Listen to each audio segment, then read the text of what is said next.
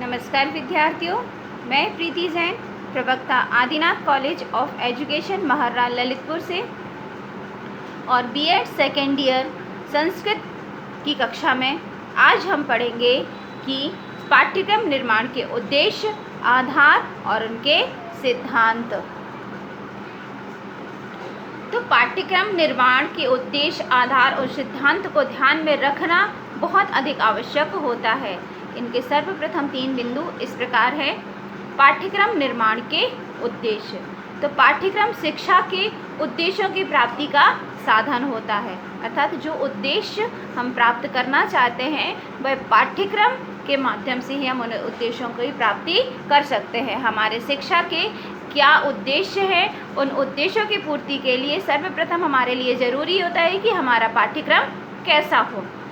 जैसे इतिहास, भूगोल, विज्ञान आदि के शिक्षण उद्देश्यों की अपेक्षा भाषा शिक्षण के उद्देश्य भाषा और साहित्य दोनों से संबंधित होने के कारण व्यापक होते हैं, कुछ निराले होते हैं।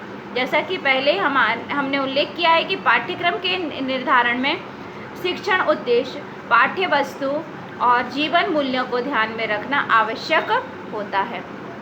अर्थात पाठ्यक्रम निर्माण करने से पहले इसका यह एकमात्र उद्देश्य होता है कि यह आने वाले जीवन में किस तरीके से उपयोगी होता। तो सर्वप्रथम आता है जो शिक्षण के उद्देश्य होते हैं।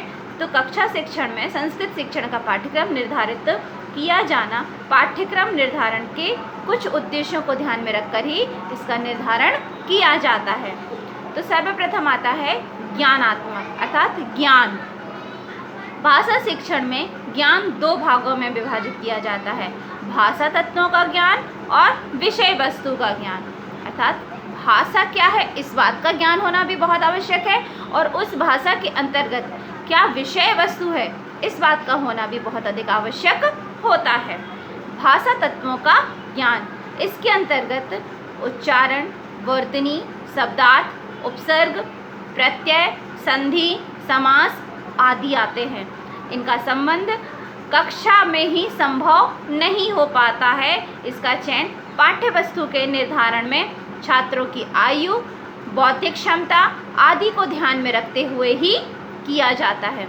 अर्थात जो व्याकरण संबंधित हैं वह सभी भाषा तत्वों का ही ज्ञान होता है। अब इसके बाद आता है विषय वस्तु का ज्ञान। अब विद्यालयीन स्तर पर प्रत्येक कक्षा में संस्कृत की विषय वस्तु भी अलग अलग हो सकती है। किस तरीके से? अब संस्कृत विषय की विषय वस्तु छात्रों का सर्वांगीण विकास अर्थात मानसिक, बौद्धिक, नैतिक, शारीरिक एवं सामाजिक विकास करने में सहायक होती है। न केवल हमारा मानसिक विकास, न केवल हमें केवल तत्वों का ज्ञान होना, अर्थात हमारे सर्वांगीण विकास को देखकर ही पाठ्यक्रम बनाया जाता है। इसमें सम्मिलित भाषा तत्वों का चयन और क्रम छात्रों की आयु, भाषा, ज्ञान के स्थान के अनुसार ही होना चाहिए। अर्थात जो हम पाठ्यक्रम में विषय वस्तु शामिल कर रहे हैं वह छात्रों के ज्ञान के अनुसार, छात्रों की आयु स्तर के अनुसार होना चाहिए। इसमें गद्य, पद्य, कथा, नाटक आदि पाठों को समुचित स्थान दिया जाना चाहिए। अर्थात केवल यह नहीं कि केवल गद्य ही गद्य दिए जा रहे हैं या पद्य ही पद्य दिए जा रहे हैं, नहीं, हमारी विषय वस्तु को रोचक बनाने के लिए हमें सभी को एक समान रूप से सम्मिलित करना आवश्यक होता है। इसके साथ नेक्स्ट पॉइंट आता है, इसमें सरलता, सरसता, रोचकता, विविधता और बोधगम्यता का पर्याप्त ध्यान भी रखना चाहिए।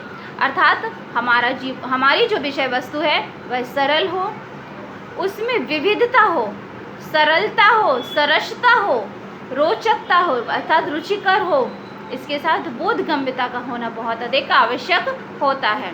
नेक्स्ट, हमारी संस्कृति, हमारी परंपराओं, रीति रिवाजों, संस्कारों, पर्यावरण संरक्षण, उत्सव आदि को यथोचित जानकारी अवश्य सम्मिलित की जाना चाहिए। अर्थात हमारी संस्कृति कैसी है, हमारा पर्यावरण कैसा है, हमारे संस्कार, हमारे उत्सव, इन सभी को भी पाठ्य वस्तु के अंतर्गत होना चाहिए।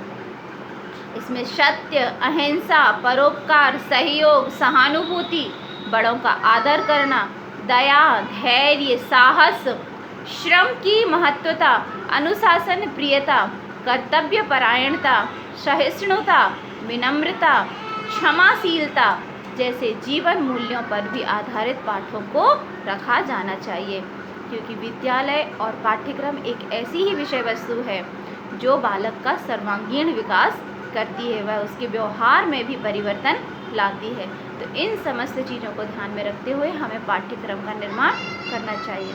अब इसके पश्चात आता है अर्थ ग्रहण। छात्र पाठ्य वस्तु का अर्थ सुनकर और पढ़कर ही ग्रहण करते हैं, अर्थात जब तक उसको विषय वस्तु समझ में नहीं आएगी वह अपने व्यवहार में या अपने जीवन में उसको उपयोग नहीं कर पाएगा। नेक्स्ट कौशल। छात्र अपने विचारों को बोलकर लिखकर भी अभिव्यक्त कर सकते हैं, अर्थात उसने जो पाठ्यक्रम के अंतर्गत विषय वस्तु या ज्ञान अर्जित किया है वही अपने कौशल में, अर्थात उसने कितना सीखा है, उससे वह कितना निपुण हो गया है, इन सभी बातों की भी जानकारी होना बहुत अधिक आवश्यक है। रुचि।